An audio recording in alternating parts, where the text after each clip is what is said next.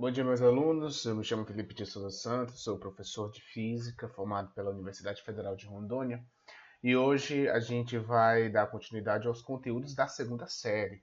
Esse primeiro semestre, na segunda série, pelo menos onde eu trabalho, e o material que eu utilizo, a gente estudou sobre termometria e o comportamento dos gases, termodinâmica. Na verdade, termodinâmica de um modo bem geral mesmo, né? Dilatação térmica, calorimetria e o comportamento dos gases. Esse primeiro conteúdo do primeiro semestre, para alguns alunos, é excelente porque a gente não trabalha com nenhum tipo de trigonometria. E por alguma razão, trigonometria é uma quimera para esses alunos. Eu não julgo eles, tá? Dependendo do tipo de trigonometria, realmente é uma quimera. Só que agora, nesses 2 semestres, a gente vai voltar a ver trigonometria aplicada no, num comportamento um comportamento da natureza que se repete ao longo do tempo ou em um certo período de tempo. Resumidamente, a gente vai estudar sobre ondulatória. Na faculdade é ondulatória 1 e 2, só que, de modo bem geral, a gente vai estudar ondulatória. Então, o que a gente percebe no movimento de uma onda é que ela se movimenta por meio de um padrão. Então, a onda ela vai para cima e para baixo direto. Então, claro, a gente não vai começar vendo onda, mas a gente percebe que existe um movimento que é periódico. Em períodos, ele acaba se repetindo ou oscilações. Então, que tipo de oscilações a gente pode utilizar como exemplo para o início dessa nossa aula? O pêndulo de um relógio, a centrífuga da máquina de lavar, ou só a centrífuga mesmo, né? Que pode ser vendido separado. O movimento do Sol, o movimento da Terra ao redor do Sol, ou do Sol ao redor da galáxia, apesar de levar bilhões de anos para dar uma volta completa. Mas esses períodos, esses movimentos são considerados movimentos periódicos, são movimentos que se repetem, oscilações. Então, quando a gente está trabalhando com movimento periódicos e com oscilações, a gente tem o que chamamos de período. Período é o tempo com que um corpo leva para completar uma ação completa. E que ação é essa? Um pêndulo seria o movimento de ir e de voltar. Qual seria o período da Terra? 365 dias. 365 dias e meio, por aí. Então, esse tempo é considerado o período com que um corpo ele completa esse movimento de translação, tá bom? Então, uma equação que a gente pode utilizar é um número, para período, é a variação do tempo dividido para o número de voltas nessa variação do tempo. Agora, a gente vai para a parte da frequência. A frequência é o inverso do período. Então, a frequência vai ser o número de voltas dado em um determinado tempo. Outras equações que a gente pode utilizar também são essas duas aqui. Período é igual a 1 sobre f e a frequência é 1 sobre período.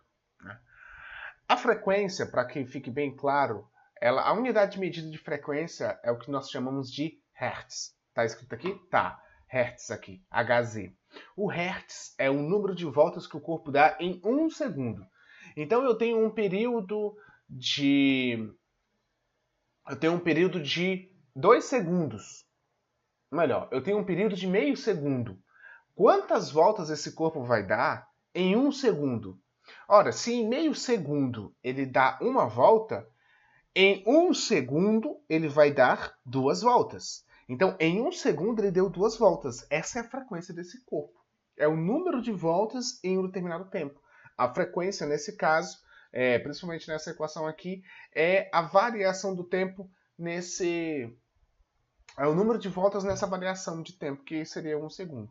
Ou, em outros casos, a gente vai utilizar rotações por minuto. Como que é rotações por minuto? Tem um corpo que está girando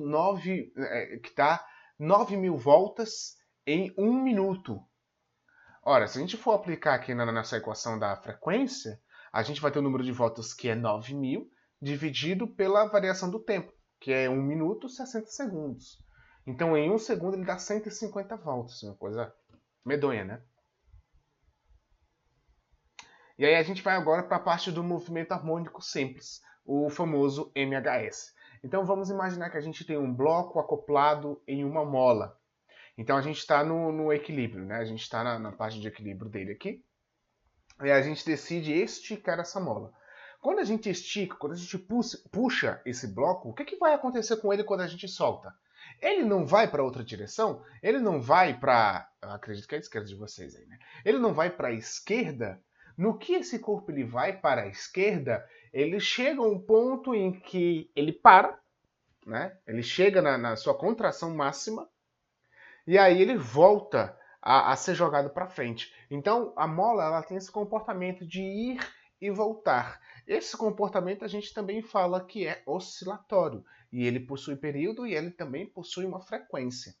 Mas quando a gente está trabalhando com uma mola, a gente tem uma componente, uma grandeza física responsável por esse movimento.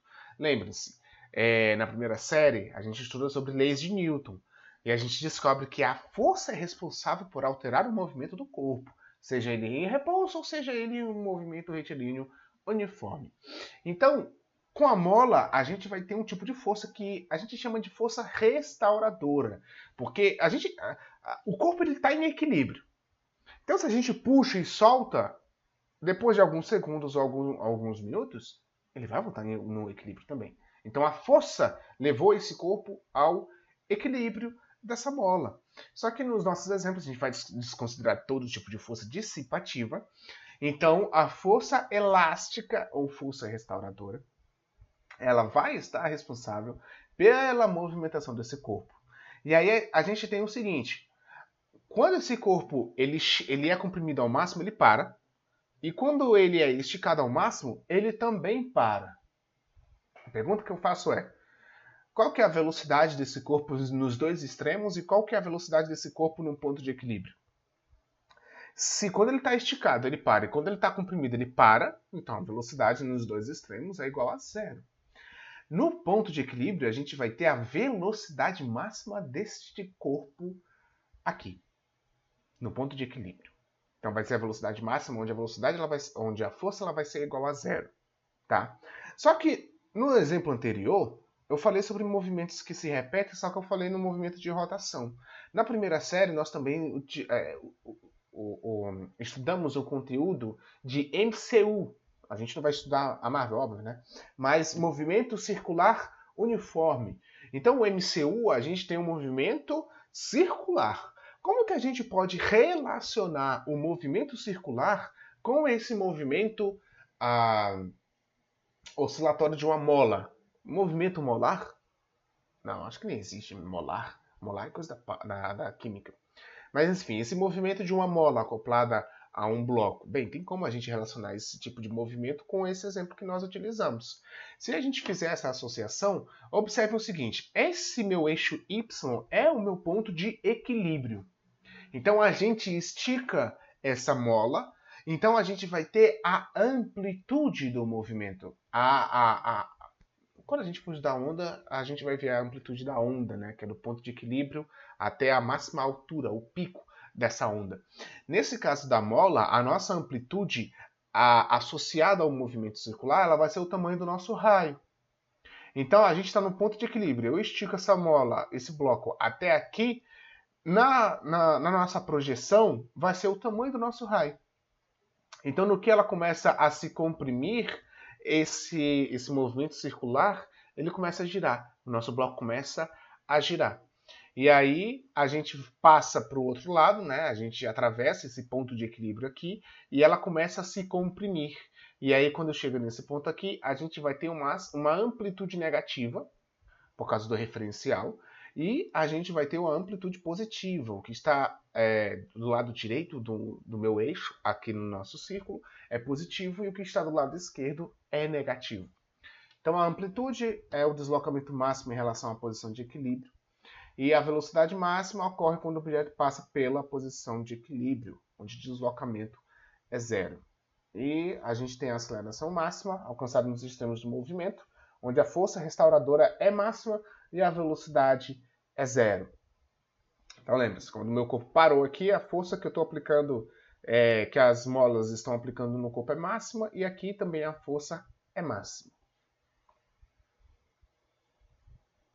Agora, como que a gente chega na função horária da posição?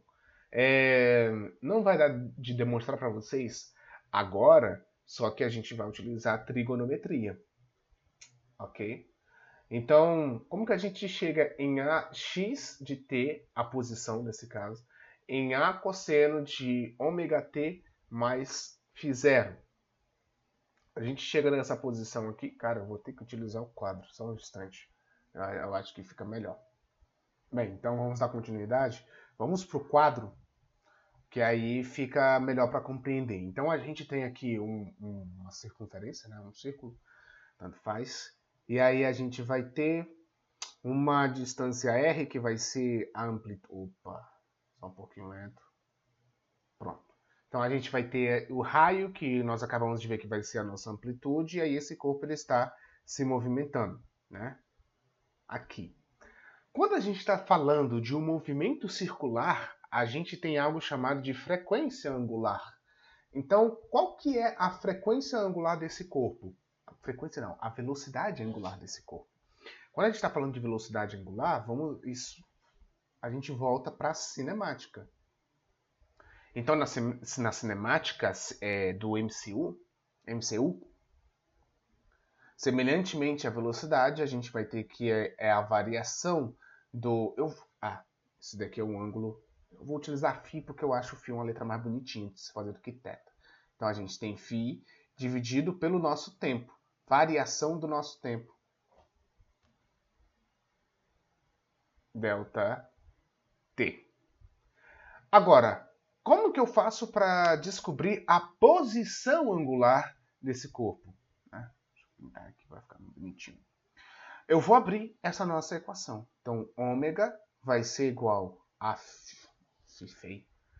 φ menos φ0 dividido pela minha variação do tempo, que é o tempo final menos o tempo inicial. A gente vai considerar que o nosso tempo inicial, nesse caso, ele vai ser igual a zero. Então, a minha equação ela vai ficar como ômega é igual a φ menos φ0 dividido pelo o nosso tempo. Então, nesse caso, a gente vai cair de maneira análoga ao sorvete do MCU. Então, para eu descobrir o sorvete, eu tenho que isolar esse meu φ final, a minha posição final. Então, vamos fazer esse trabalho. Tá, meu irmão? Eu já sei, já. Fica aparecendo essa legenda um monte de vez. Então, φ menos φ0 vai ser igual a ômega t. Então, isolando a minha posição final, eu vou ter φ0 mais ômega t. Então, essa é a minha equação. Só que aí, lá no slide, deixa eu voltar aqui no slide, a gente vai ter essa condição aqui, que vocês estão observando. A gente vai ter esse caso. Como que a gente vai chegar nessa bendita dessa equação aqui? Vamos voltar para o nosso exemplo. Se eu quero descobrir a posição x, tá? Isso daqui está em ângulos, mas eu quero saber a posição x, no meu movimento da mola, porque a mola ela não está efetuando um movimento circular, mas ela tem propriedades do movimento circular como frequência, período, só que não é um movimento circular. Ela está se propagando ao longo do eixo x. Agora, como que eu vou saber essa bendita dessa posição? Vamos utilizar aqui agora as nossas propriedades trigonométricas. Então, aqui é o nosso eixo x, ele dá. X, e aqui é o nosso eixo y. Se a gente quer saber a nossa posição ao longo do eixo x, isso daqui, o que a gente vai fazer? Que identidade trigonométrica a gente pode aplicar aqui? Bem, se eu tenho esse ângulo φ, e eu tenho a minha amplitude, nós vamos ter esse deslocamento ao longo do eixo x, que será a identidade utilizada, o cosseno, que é o cateto adjacente sobre a hipotenusa. Então, fazendo desse outro lado, a gente vai ter que o cosseno de x, na verdade x não, perdão, aqui é φ, porque é o ângulo, né? Vai ser igual, cateto adjacente, esse deslocamento aqui, ó. Nesse caso, vamos considerar que essa nossa esfera ela está aqui nessa posição, tá bom? Para facilitar as coisas. O que eu estava falando? Vai ser x. Então, é cateto adjacente sobre a hipotenusa. Como eu quero saber esse x, eu isolo o meu x. Então, x será igual a amplitude, e o cosseno de φ. Só que a gente acabou de descobrir quem é φ. Tá aqui, ó. O φ é esse tio. Então, reescrevendo, x será igual a cosseno de ômega t mais φ0. Agora, essa daqui é a função horária da posição ao longo do eixo x. Quem é meu ômega é a minha frequência angular, é a minha velocidade angular. O meu t é o tempo, a é a amplitude, mas quem é esse meu bendito φ0?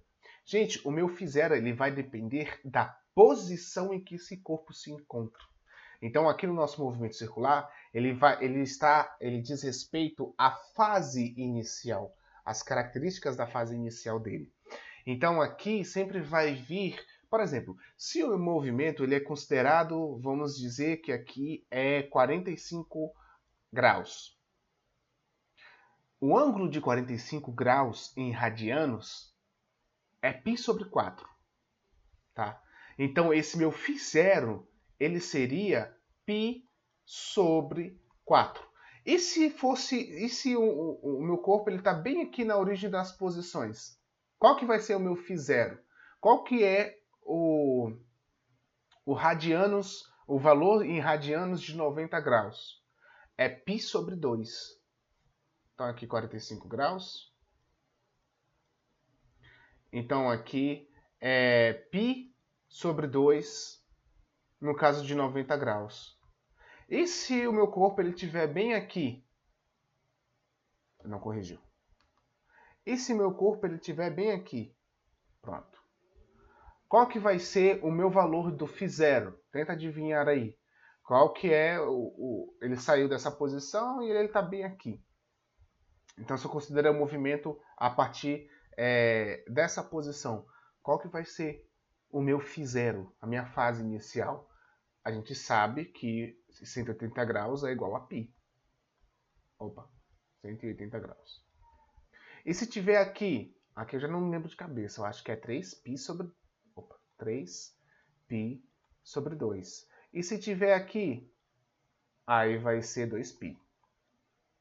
Tá? Então a fase inicial ela depende justamente da posição do corpo, tudo bem? E vai dizer respeito justamente a que posição ele está nesse movimento circular. Então essa daí é a nossa... nesse caso precisa do quadro, não tinha nem como explicar isso daqui só falando. Então essa daqui é a fase inicial, a velocidade angular, e a gente vai ter a nossa velocidade, que vai ser menos a amplitude vezes a velocidade angular, e o seno, e aqui dentro se mantém a mesma coisa. Esse menos aqui, ele surge por duas razões. A primeira é porque na graduação a derivada do cosseno é menos o seno. Mas esse menos o seno significa que a velocidade sempre vai ser negativa? Não, a velocidade ela vai ser tanto positiva quanto negativa também. Só que, no caso, a velocidade ela é negativa quando ela está se movendo contra a direção do nosso referencial. Então, se ele está nesse movimento aqui, ele sai daqui e vem para cá, a minha velocidade ela é negativa. Quando ele sai daqui e vai para cá, a minha velocidade ela é positiva. Então, quando o meu bloco ele está se movimentando para a esquerda, velocidade negativa. E quando o meu bloco está se movimentando para a direita, a minha velocidade ela é positiva. A gente também vai ter o período no movimento harmônico simples, que ele pode ser descrito por essa equação. T igual a 2π sobre ômega. Da onde que saiu essa equação? A gente tem a seguinte equação na cinemática. Ômega é igual a 2πf. Só que a gente pode reescrever isso daqui como sendo 2π sobre t, porque a frequência é o inverso do período, né? Então, t vai ser igual a 2π sobre ômega.